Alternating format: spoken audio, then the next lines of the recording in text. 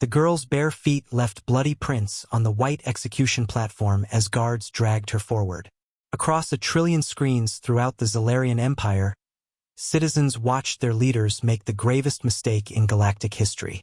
"State your name for the record," commanded High Executor Vex, his serpentine voice echoing through the broadcast.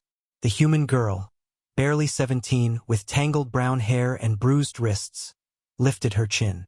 When she spoke, her voice carried no fear, only certainty. "My name is Maya Chun. I am nobody special. That's why you're going to lose." The execution chamber sparkled with crystalline walls, designed to amplify the spectacle across every conquered world. Maya stood at its center, hands bound, wearing the gray prisoner's tunic that marked her as a terrorist. But her eyes, those defiant brown eyes, stared directly into the hovering camera drones. 27 minutes. That's all the time the Empire had left. High Executor Vex circled her like a predator savoring its meal. This human infiltrator attempted to corrupt our data networks with messages of rebellion.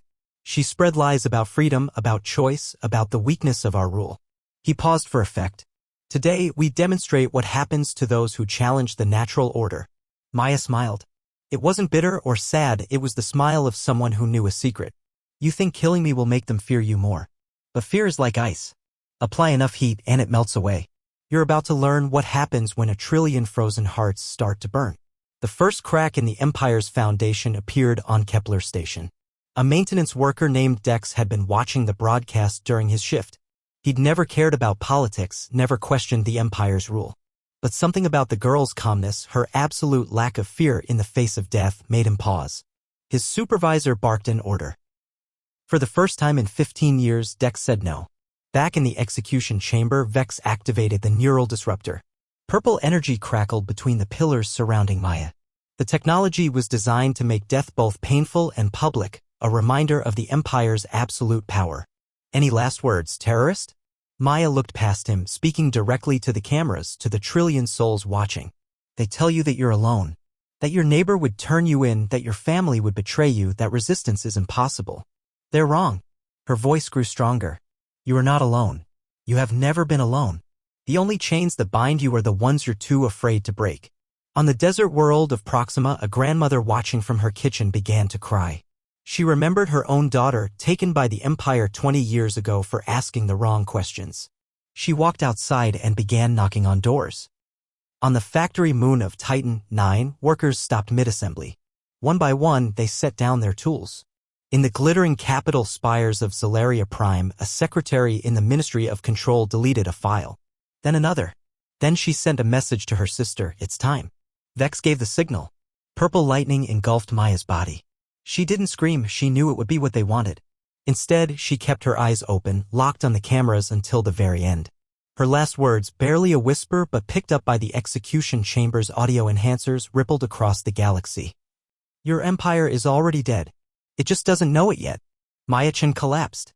The broadcast showed her still form for exactly 3 seconds before cutting to the Empire's anthem. Those 3 seconds changed everything.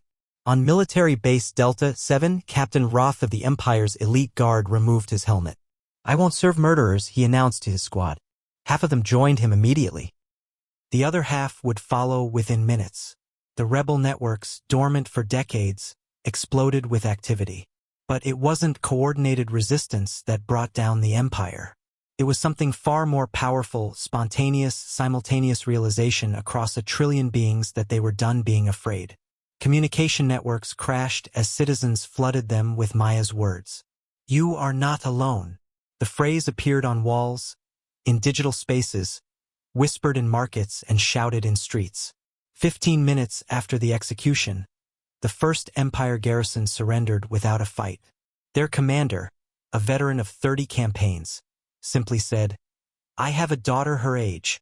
20 minutes after, the Empire's economic systems began failing as workers across 10,000 worlds walked away from their posts. 25 minutes after, High Executor Vex received reports that entire fleet divisions were refusing orders. His own security detail had abandoned their positions. And at exactly 27 minutes, as Maya had somehow known, the lights went out in the Imperial Palace. The empire didn't fall to weapons or warships. It fell because a teenage girl showed the galaxy that courage was contagious. That one person standing unafraid in the face of tyranny could remind millions what it meant to be free. In the chaos that followed, investigators would find Maya's hidden journal. Her final entry, written the night before her capture, contained one last prophecy. They think power comes from fear, but real power comes from truth. And the truth is, no empire built on the silence of the oppressed can survive the sound of their voices rising as one. The Zalarian Empire, which had ruled for 3,000 years, ceased to exist in less than half an hour. Not through conquest or collapse, but through the simple, revolutionary act of its subjects deciding, all at once, that they were no longer subjects at all. Maya Chen died at 17.